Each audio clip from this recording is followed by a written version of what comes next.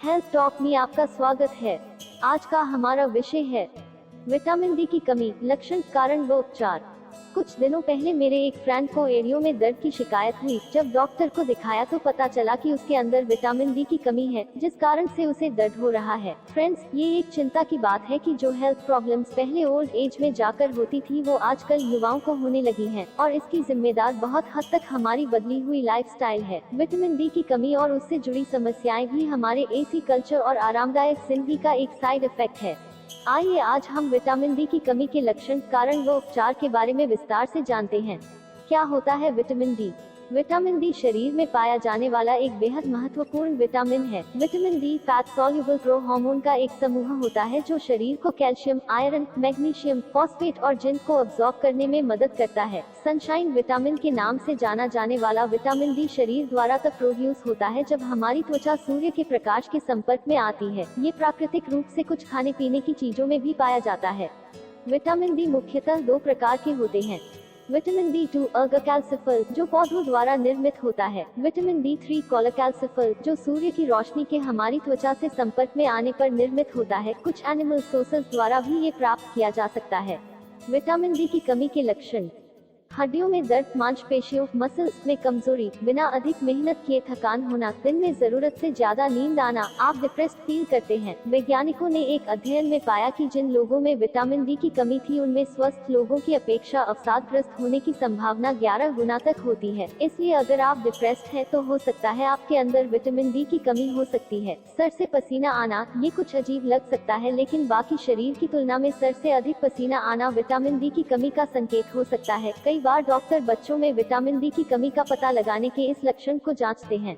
कई लोगों में ये लक्षण साफ नहीं दिखाई देते लेकिन फिर भी उनमें विटामिन डी की कमी हो सकती है, जिससे कई स्वास्थ्य संबंधी समस्याएं पैदा हो सकती हैं। बार बार इन्फेक्शन होना भी विटामिन डी की कमी इंडिकेट करता है। दरअसल हमारे इम्यून सिस्टम यानी प्रतिरोधक क्षमता का महत्वपूर्ण हिस्सा सेल्स विटामिन डी द्वारा ही ठीक से एक्टिवेट होते हैं, और इसकी कमी व्यक्ति को बार बार बीमार कर सकती है। बार बार सांस लेने से संबंधित समस्या का होना भी विटामिन डी की कमी का सिम्टम हो सकता है।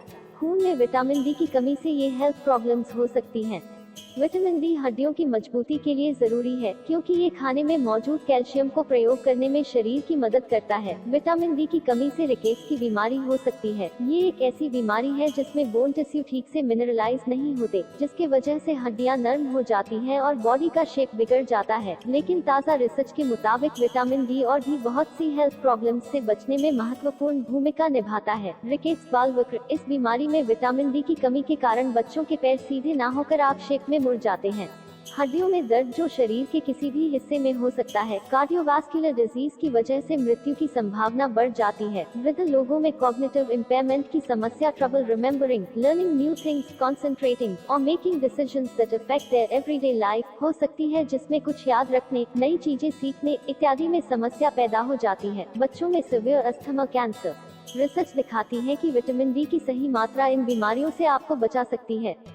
टाइप 1 एंड टाइप 2 डायबिटीज कैसे करें? Diabetes control, hypertension, glucose intolerance and multiple sclerosis. Multiple sclerosis brain व स्पाइनल कार्ड से संबंधित एक बीमारी।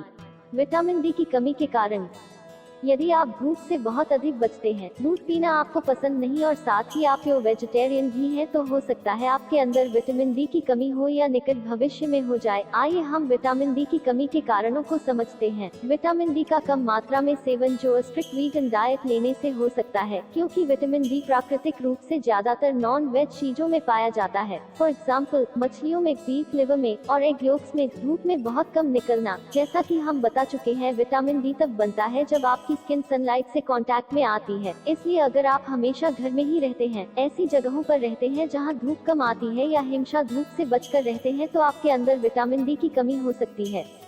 डार्क स्किन, अगर आपकी त्वचा सांवली है तो गोरी त्वचा वाले लोगों के मुकाबले सही मात्रा में विटामिन डी प्रोड्यूस करने के लिए आपको 10 गुना सन एक्सपोजर की आवश्यकता होती है। ऐसा इसलिए होता है क्योंकि आपके स्किन पिगमेंट्स नेचुरल सनस्क्रीन की तरह काम करते हैं और डार्क स्किन में ये पिगमेंट अधिक होते हैं। इसलिए ऐसी स्किन वाले लोगों को पर्याप्त मात्रा में विटामिन डी प्रोड्यूस करने के लिए देर तक धूप में रहना पड़ता है। कुछ स्टडीज शो करती है कि डार्क स्किन वाले अधिक उम्र के वयस्कों में विटामिन डी की कमी होने की अधिक संभावना हो सकती है। अगर आपकी किडनी विटामिन डी को उसके एक्टिव फॉर्म में कन्वर्ट नहीं कर पाती है तो भी विटामिन डी की कमी हो सकती है। जैसे जैसे लोगों की उम्र बढ़ती है, किडनी की विटामिन डी को एक्टिव फॉर्म में कन्वर्ट करने की क्षमता घट जाती है और विटामिन डी की कमी का रिस्क बढ़ जाता है।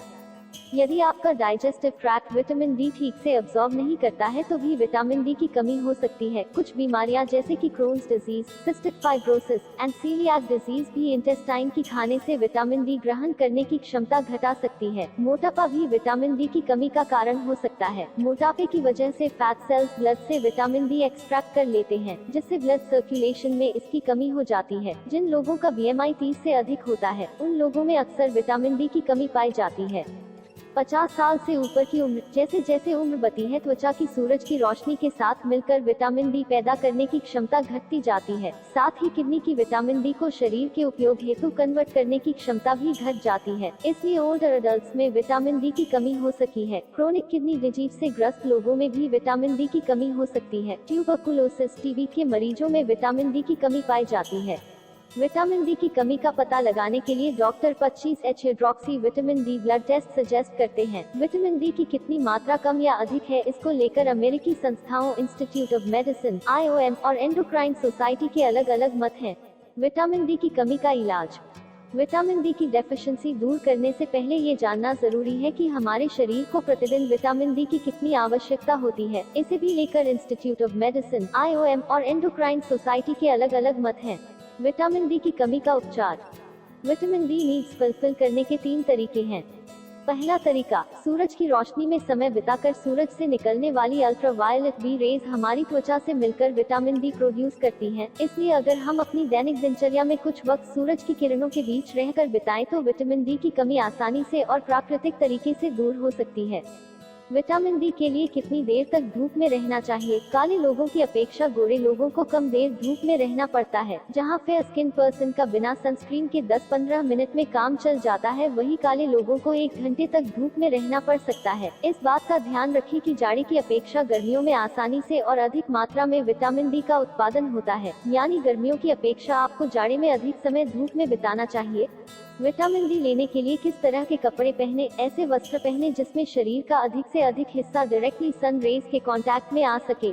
क्या सूरज से आने वाली सभी किरणें विटामिन डी पैदा करने में सक्षम हैं? नहीं, सिर्फ रेज ही इसमें सक्षम है। क्या धूप में कार चलाने से विटामिन डी मिलता है? नहीं, रेज कार की बॉडी या शीशों को पार कर आप तक नहीं पहुंच सकती। सूरज की किरणों से विटामिन डी लेने के लिए कौन सा समय सबसे उपयुक्त है? एक अध्ययन के अनुसार सुबह 11 बजे से दोपहर 1 बजे तक का समय विटामिन डी लेने के लिए सबसे सही है। दूसरा तरीका, विटामिन डी युक्त आहार लेकर विटामिन डी की कमी दूर करने के लिए आपको ऐसी चीजों का सेवन करना चाहिए जिसमें विटामिन डी पाया जाता हो, जैसे कि मछलियाँ, फिश लिवर ऑयल्स और एग यॉक, अंडे की जर्दी में। इसके अलावा कुछ फोर्टिफाइड डेयरी प्रोडक्ट्स, तारांकिन और ग्रेन प्रोडक्ट्स में भी विटामिन डी पाया जाता है, जिनमें अलग से विटामिन ऐड किए गए होते हैं। तीसरा तरीका, विटामिन डी सप्लीमेंट्स, मेडिसिन लेकर। बाजार में आज बहुत सी दवाएं उपलब्ध हैं जिन्हें लेकर हम विटामिन डी की कमी दूर कर सकते हैं, लेकिन कभी भी सीधे बाजार से लेकर इनका सेवन नहीं शुरू कर देना चाहिए, क्योंकि हर एक इंसान की आवश्यकता अलग होती है और डॉक्टर ही आपको सही बता सकता है कि कितनी मात्रा में और कितने दिनों तक आपको विटामिन डी सप्लीमेंट्स लेने चाहिए। बतौर सप्लीमेंट विटामिन डी का कौन सा प्रकार लेना उपयुक्त है? विटामिन D3 इसके लिए सबसे उपयुक्त है। इस सप्लीमेंट को लेने का सही तरीका क्या है? इसे ऐसे खाने के साथ लेना ठीक रहता है जिसमें फैट अधिक हो। एक स्टडी में पाया गया है कि खाली पेट की अपेक्षा फैट रिच खाने के साथ विटामिन डी सप्लीमेंट लेने से उसका अब्जॉर्प्शन 32% तक अधिक होता है। क्या विटामिन डी लेने की कोई सीमा है या हम जितना चाहें उतना विटामिन डी ले सकते हैं? जी हाँ, विटामिन डी एक सीमा के अंदर ही लेना चाहिए। जरूरत से अधिक vitamin D bone related problems पैदा कर सकता है। धन्यवाद।